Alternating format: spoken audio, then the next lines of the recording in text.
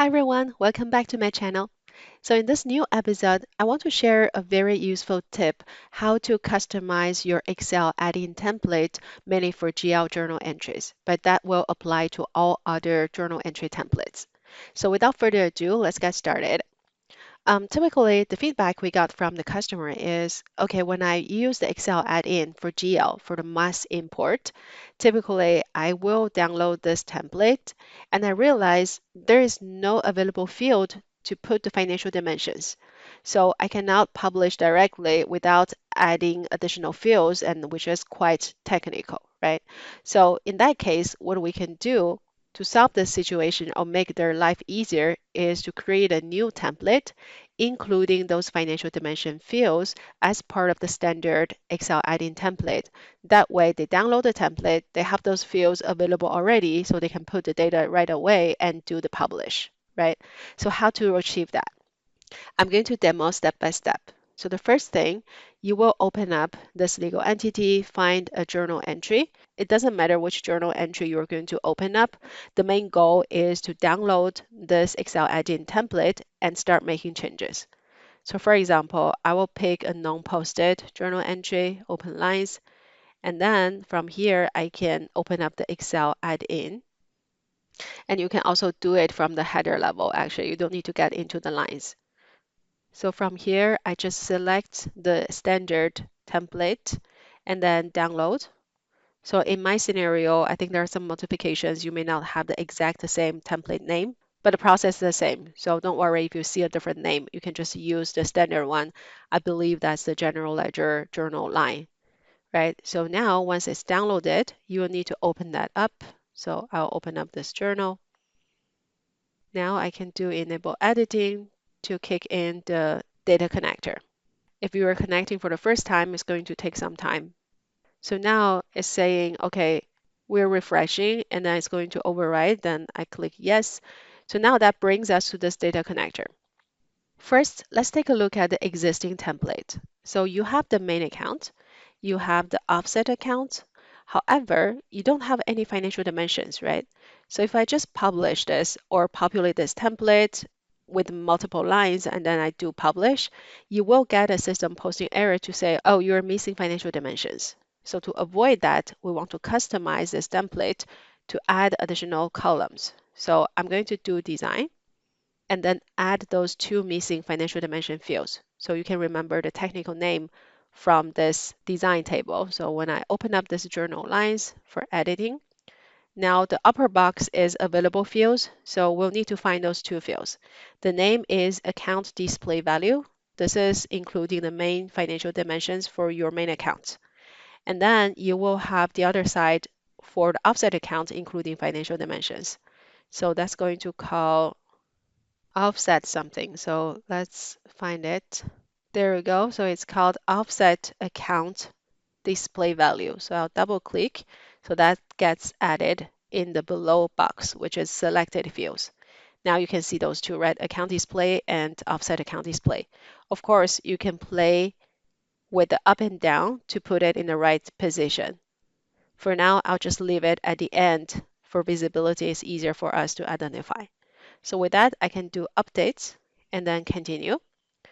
So now the template is going to add those two additional fields you can see from here, right? And I can do done.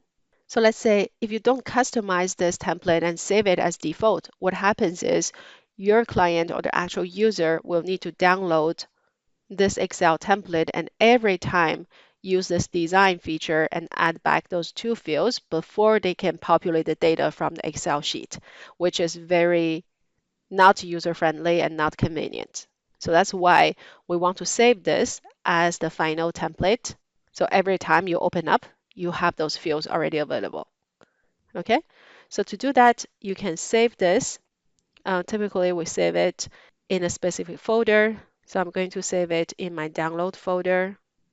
And then you can remove those numbering. All we care is the name of the template, right? And then just do save, okay? And actually, before you save, you can run a refresh, and that's going to validate the template. As now you can see, we have the columns O and P, including the financial dimensions. So the user will have those two fields as default. Okay, now I will save it again. So this is going to be my template. I'll close this, save it. All right, this is the first step. We customize the existing template.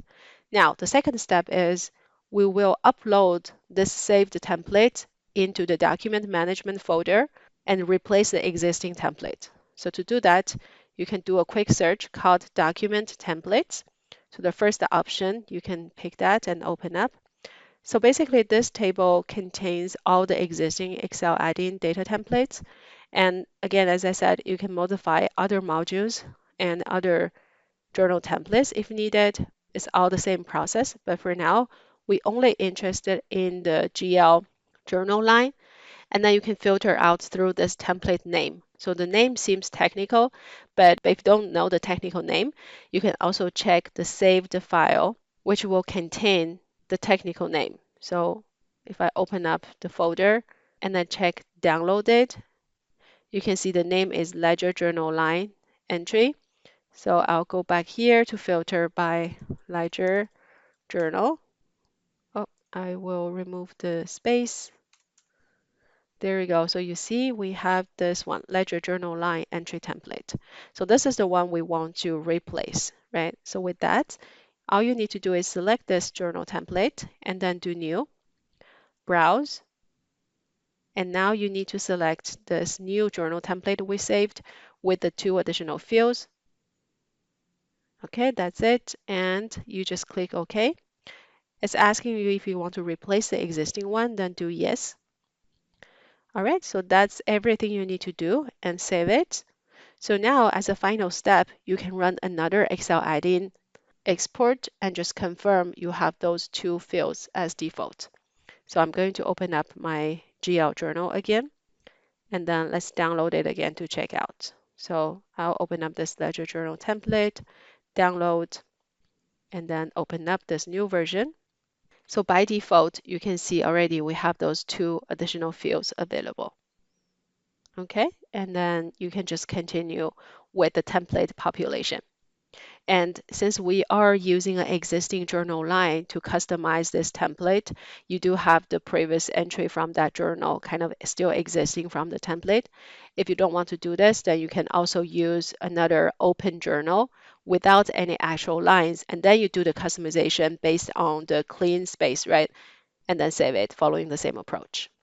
All right, so I hope this is helpful, and feel free to try it out and comment down below if you have any other issues. Thank you so much for watching. I'll see you in the next one.